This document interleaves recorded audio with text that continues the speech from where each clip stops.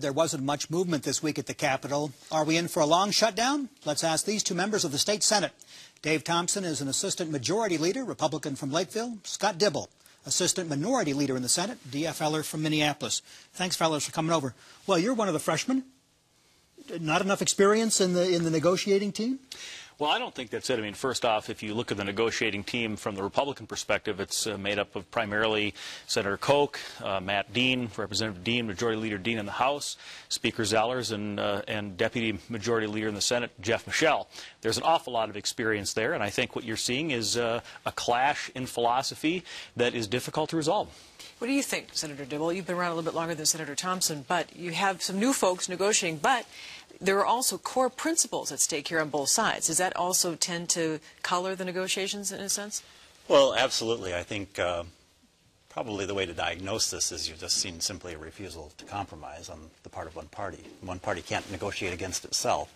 So I think that's the crux of the problem. And then when some folks did bring in some new ideas, the Mondale-Carlson task force who brought in the set of ideas, they were immediately undermined and sabotaged by the Republican Party. But even the governor said, I'm not going to tax everybody.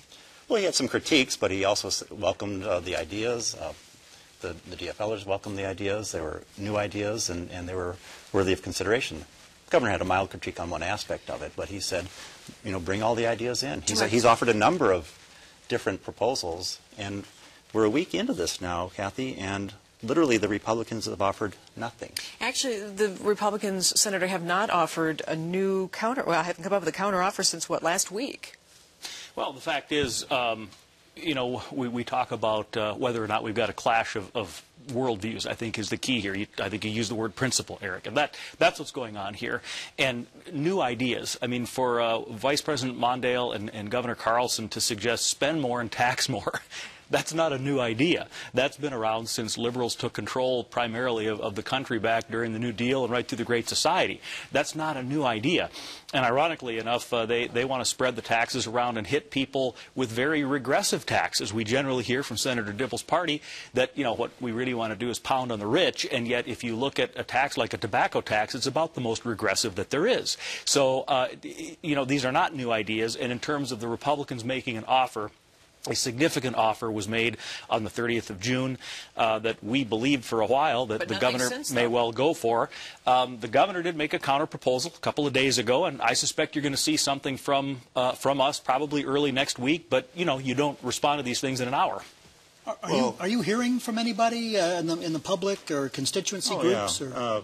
My constituents and actually folks from across the state are extremely frustrated and exasperated. And, you know, we know that they're looking for compromise, and of course the governor has offered repeated compromise. You know, and unfortunately we've heard nothing from the Republicans for over a week. He talks about the offer on the 30th.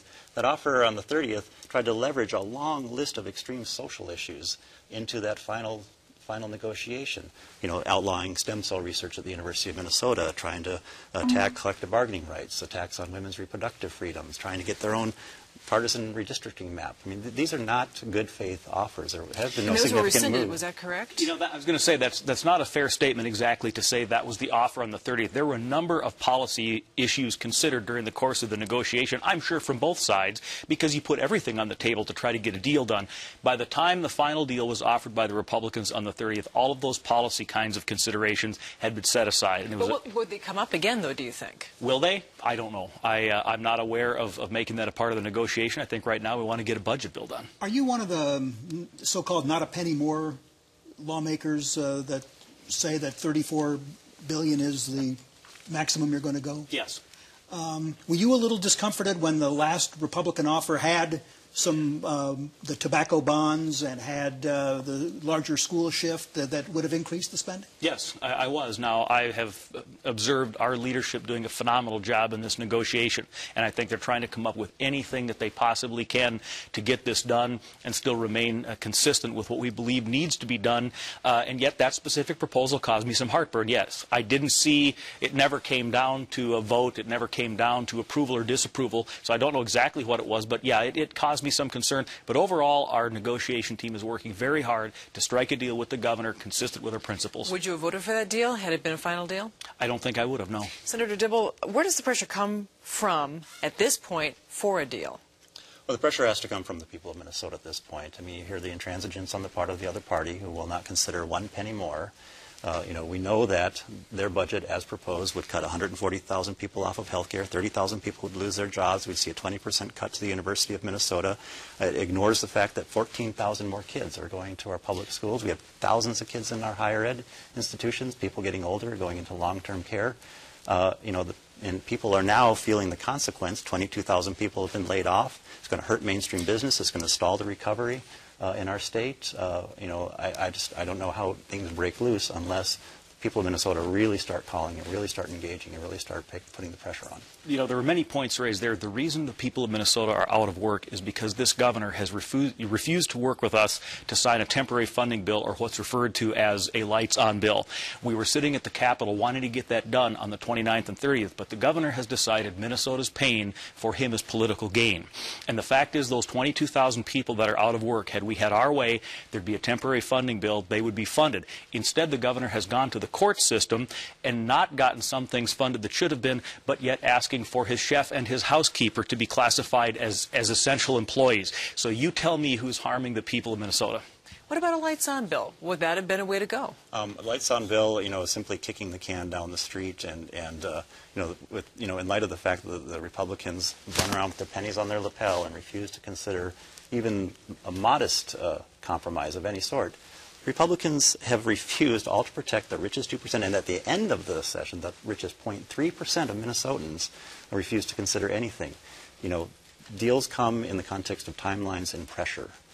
They also talk about parsing out little bits of the budget here and there, again, just to allow them to string this thing out and create more time and more time and more time. What do you think it's going to take?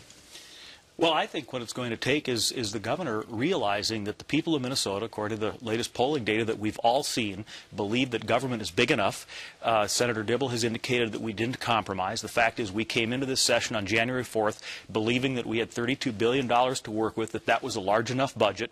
In a concession to the governor, and those are the different political viewpoint, once Tom Stinson, the state economist, revised the revenue forecast to $33.3 billion, and we realized we would have some additional cash in the checking account, so to speak, of about $938 million.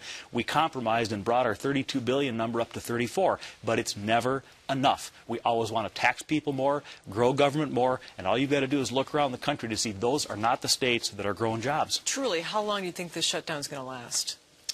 We're in uncharted territory, Kathy. I don't know. I've never seen this kind of unwillingness for the other party to deal and to deal forthrightly. The numbers that Senator Thompson just cited are absolutely fiction, debunked by the Star Tribune, debunked by the Rochester paper, debunked by every economist.